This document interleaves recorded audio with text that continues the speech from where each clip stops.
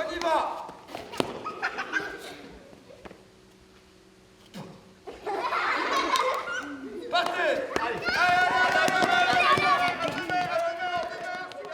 On a mis plusieurs ingrédients dans un saladier pour voir si la mayonnaise prenait. Le premier ingrédient, c'est la signature du partenariat.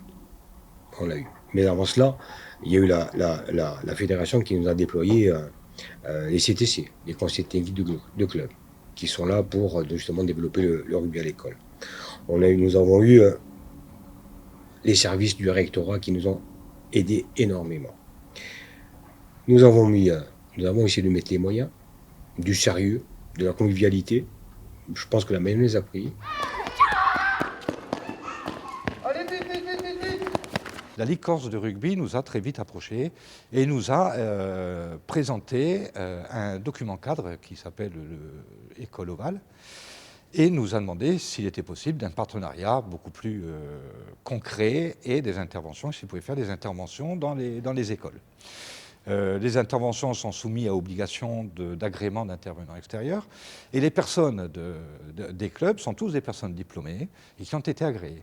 À partir de là, à partir de ce document cadre pour lesquels nous avons tout de suite découvert qu'ils étaient en rapport direct avec l'apprentissage de l'EPS, en rapport direct avec nos programmes, en respectant toutes les valeurs que l'on essaie de déployer en termes d'EPS, nous avons bien sûr opté pour un déploiement.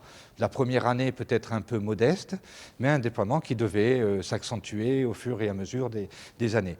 La situation sanitaire nous a un petit peu contraints, mais il faut reconnaître que nos partenaires, les partenaires de la Ligue corse du rugby, ont adapté toute leur activité de façon à permettre aux enfants, dans une situation si particulière, de pratiquer une activité sportive à l'extérieur et adaptée. J'ai été sollicité par M. Sabuco, qui est le conseiller technique des clubs sur notre région de Corse du Sud, du moins sur le département. Et avec lui, on a essayé de voir un maillage possible qui lui permet d'intervenir sur pas mal d'écoles, sur les 2 circonscriptions que je représente. Donc très rapidement, on a ciblé un certain nombre d'écoles. On s'est mis d'accord sur les contenus et les projets.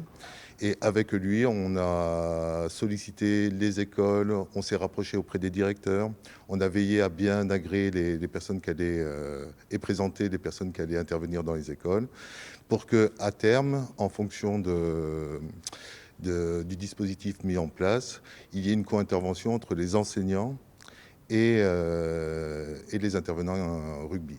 Ils ont plus l'esprit coopératif. Et ça se ressent même dans la cour où on voit plus de jeux collectifs qu'avant.